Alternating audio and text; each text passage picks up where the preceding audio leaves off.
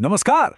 चलिए आज चलते हैं रामचरितमानस के एक ऐसे हिस्से में जहां अहंकार और विनम्रता का एक जबरदस्त टकराव होता है। ये कहानी उस एक पल की है जब इतिहास की दो महान हस्तियां आमने सामने आ गईं और फिर शब्दों के बाण चले। अब ये सवाल सिर्फ कहने सुनने का नहीं है, बल्कि यही सवाल इस पूरी कहानी की आत्मा है। ये हमें उस महाटकराव के लिए तैयार करता है जो बस अब होने ही वाला है। तो चलिए इस दिलचस्प संवाद की गहराई में उतरते हैं। तो सीन है मिथिला का, मौका है सीता जी के स्वयंवर का। एक से एक बड़े योद्धा, बड़े बड़े राजा, सबके सब भगवान शिव के दिव्य धनुष को उठाने की चुनौती में फेल हो चुके हैं। ये सिर्फ ताकत की परीक्षा नहीं थी, बल्कि ये तो किस्मत का भी फैसला था।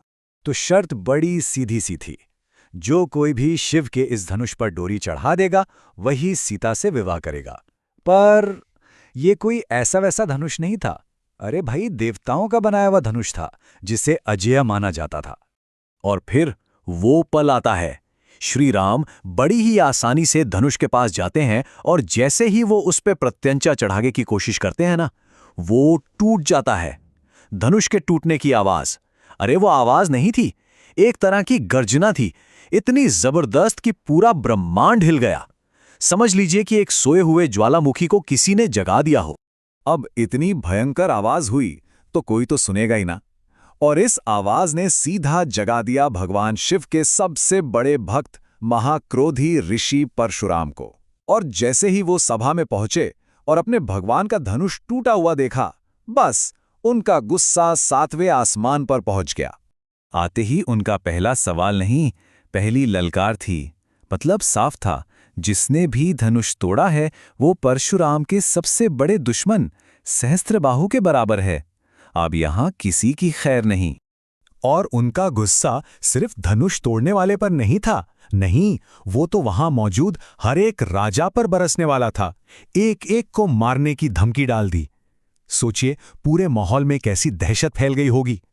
तो एक तरफ गुस्से का ये तूफान, और इसके ठीक सामने आकर खड़े होते हैं श्री राम।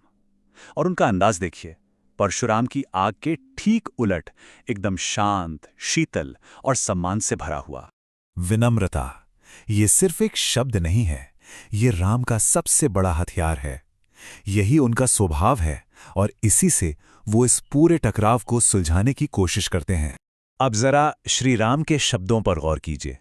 देखिए, उन्होंने जिम्मेदारी भी ली, लेकिन खुद को एक दास या सेवक बताकर परशुराम के गुस्से को, उनके अहंकार को शांत करने की कोशिश की। वो लड़ना नहीं चाहते, वो समाधान चाहते हैं। यही तो एक असली नायक की पहचान होती है ना। मगर कहानी में एक और किरदार है। जहां राम पानी की तरह शांत हैं, वहीं उनके छोटे भाई लक्ष्मण वो आग हैं। और अब इस संवाद में एंट्री होती है लक्ष्मण के, जो इस पूरे मामले को, इस तनाव को एक बिल्कुल ही नए लेवल पर ले जाने वाले हैं। अगर राम का शब्द विनम्रता था, तो लक्ष्मण का शब्द है व्यंग्य।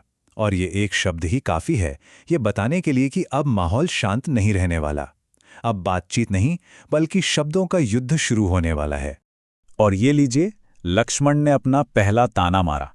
मतलब उन्होंने इस पूरी पवित्र घटना को एक मामूली चीज बता दिया और सीधा सीधा परशुराम के गुस्से पर ही सवाल उठा दिया कि भाई इतना गुस्सा क्यों। बस ये सुनकर तो परशुराम का क्रोध और भड़क गया। तो यहां पर साफ साफ दिखता है कि दोनों की सोच में जमीन आसमान का फर्क है। लक्ष्मण के लिए, अरे ये तो बस एक पुराना कमजोर धनुष था, छूते ही टूट गया, इसमें राम भैया की क्या गलती।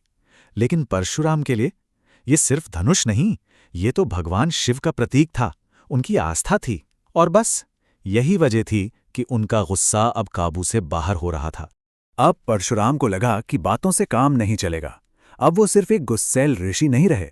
लक्ष्मण को चुप कराने के लिए, उन्हें डराने के लिए उन्होंने अपना वो रूप दिखाया जिससे पूरी क्षत्रिय जाति कांपती थी, एक महायोद्धा का रूप। अब परशुराम साफ साफ बताते हैं कि वो हैं कौन। वो कह रहे हैं कि मुझे कोई मामूली पूजा पाठ करने वाला ऋषि समझने की गलती मत करना।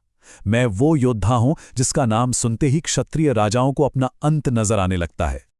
और अपनी बातों में वजन डालने के लिए वो अपने पुराने कारनामे गिनाते हैं।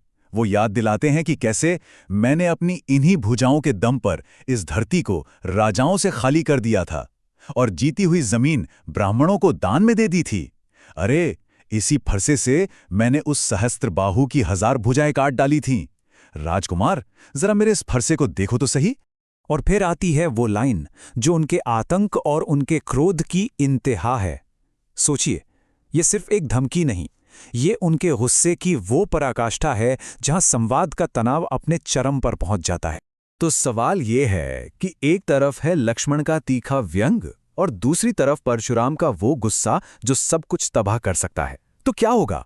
क्या राम की विनम्रता इस आग को बुझा पाएगी, या फिर अहंकार की ये लड़ाई सब कुछ जलाकर राख कर देगी? इस जबरदस्त टकराव का अंजाम क्या होगा? खैर, इसका जवाब तो हमें इस संवाद के अगले हिस्से में ही मिलेगा, लेकिन ये सवाल हमें सोचने पर जरूर मजबूर कर देता है।